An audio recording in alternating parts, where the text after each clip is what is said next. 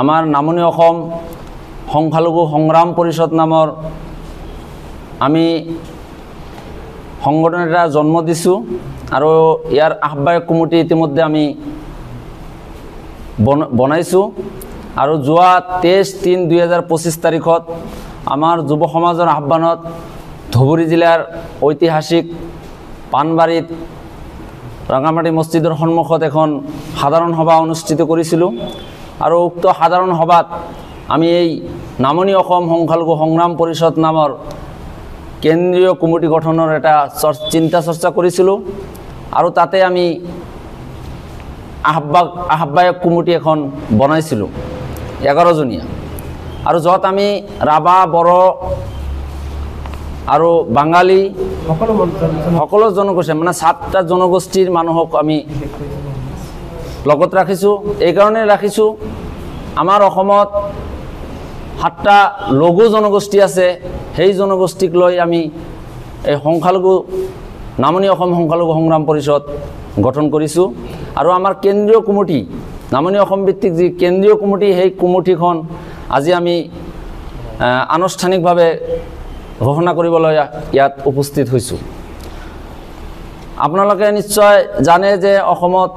কেইবাটাও সংখ্যালঘু সংগঠন আছে, বিশেষকৈ অসমত দুটা গোটত বিভক্ত হোৱা অসম সংখ্যালঘু সংগ্ৰাম পৰিষদ নামৰ সংগঠনো আছে, কিন্তু নামনি অসমক এই দুয়োটা সংখ্যালঘু সংগঠনৰ অৰিয়ৰিত আমি প্ৰতিষ্ঠিত হৈ গৈছোঁ। তেওঁলোকৰ অৰিয়ৰিৰ কাৰণে আমাৰ সংখ্যালঘু সমাজৰ যিখিনি সমস্যা সেই সমস্যাখিনি আমি সন্মুখত উপস্থাপন কৰিব পৰা নাই। সেইকাৰণে আমিও সংখ্যালঘু সংগ্ৰাম পৰিষদ কৰিছিলোঁ বিভিন্ন গোটত। আমি সেইকাৰণে আমি আজি চিন্তা চৰ্চা কৰিছিলোঁ, আমি যুৱ সমাজ বহিছিলোঁ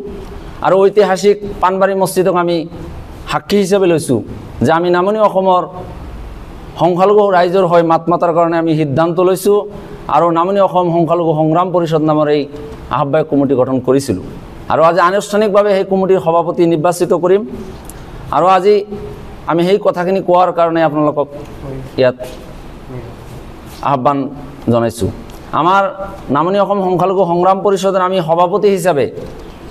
পূৰ্বৰ সংখ্যালঘু সংগ্ৰাম পৰিষদৰ কেন্দ্ৰীয় কমিটিৰ সহকাৰী সাধাৰণ সম্পাদক আব্দুল বাৰেকক আমি সভাপতি হিচাপে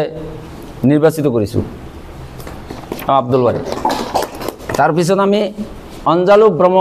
কোকৰাঝাৰ জিলাৰ তেওঁ আছে, জেনেৰেল ছেক্ৰেটাৰী হিচাপে তেওঁক আমি বাছনি কৰিছোঁ। এনেকৈ আমি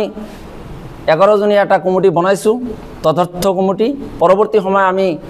4-5টা ডিষ্ট্ৰিক্ট আমাৰ লোৱাৰ আছামত আছে, সেইখিনিত আমি যিখিনি মানুহ আছে আমাৰ সংগঠনত গোটেইখিনিক আমি অন্তৰ্ভুক্ত কৰিম। গতিকে আমাৰ যিহেতু আমি প্ৰেচিডেণ্ট অলৰেডি বাছনি কৰিছোঁ, তেওঁ এই সংগঠনৰ বাকী যিখিনি তেওঁলোকৰ দায়িত্ব কেনেকৈ আগবঢ়াই ল'ব তেওঁ ইয়াত আপোনালোকক জনাব। সাংবাদিক বন্ধুসকল, আপোনালোকে ইতিমধ্যে যিহেতু আমাৰ যি এই নামনি অসম সংখ্যালঘু সংগ্ৰাম পৰিষদ নামৰ আমাৰ সংগঠনটোৰ মূল পৃষ্ঠপোষকতা কৰা যিজন ব্যক্তি আৰু থকা যিজন ব্যক্তি বেলাল হুছেইন ডাঙৰীয়া আপোনালোকক ইতিমধ্যে অৱগত কৰিছে যে আমি নামনি অসম সংখ্যালঘু সংগ্ৰাম পৰিষদৰ যি 11 জনীয়া এটা সমিতি আছিলে, সেই 11 জনীয়া সমিতিয়ে আজি তেওঁলোকে চিন্তা চৰ্চা কৰি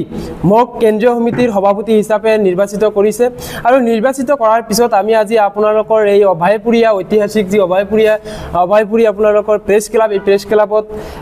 সংবাদ মেল আয়োজন কৰিছে। গতিকে এইখনতে আমি কেন্দ্ৰীয় যিসকল ব্যক্তিয়ে মোক নিৰ্বাচিত কৰিলে সকলোকে ধন্যবাদ জ্ঞাপন কৰিছোঁ আৰু সংগঠনটো আপোনালোকে জানি আচৰিত হ'ব যে যিমানখিনি সংখ্যালঘু সংগঠনৰ নাম দি ইমান দিনে সংখ্যালঘু সংগঠন কৰি থকা হৈছে, সেইখিনি সংখ্যালঘু সংগঠনত আমি দেখিবলৈ পাইছোঁ যে ধৰ্মীয় ভাষিক সংখ্যালঘু যিবিলাক আমি সাধাৰণতে আমাৰ মুছলমান বুলি কওঁ, সেইখিনিৰ বাহিৰে কোনো এটা জনগোষ্ঠীৰ কোনো এজন ব্যক্তি সেই সংগঠনত নাথাকাৰ কাৰণে সংগঠনবিলাক কিন্তু সক্ৰিয়ভাৱে ৰাইজৰ মাজলৈ যাবলৈ সক্ষম হোৱা নাই, যাৰ কাৰণে আমি সংখ্যালঘু সংগ্ৰাম পৰিষদ নামনি অসম যিটো গঠন কৰিলোঁ, এই গঠনৰ প্ৰক্ৰিয়াত প্ৰথমতে আমি আন জাতি জনগোষ্ঠীক আমি ইতিমধ্যে সামৰি লৈছোঁ। গতিকে এই সংগঠনটোৰ লক্ষ্য আৰু উদ্দেশ্য যিহেতু মোক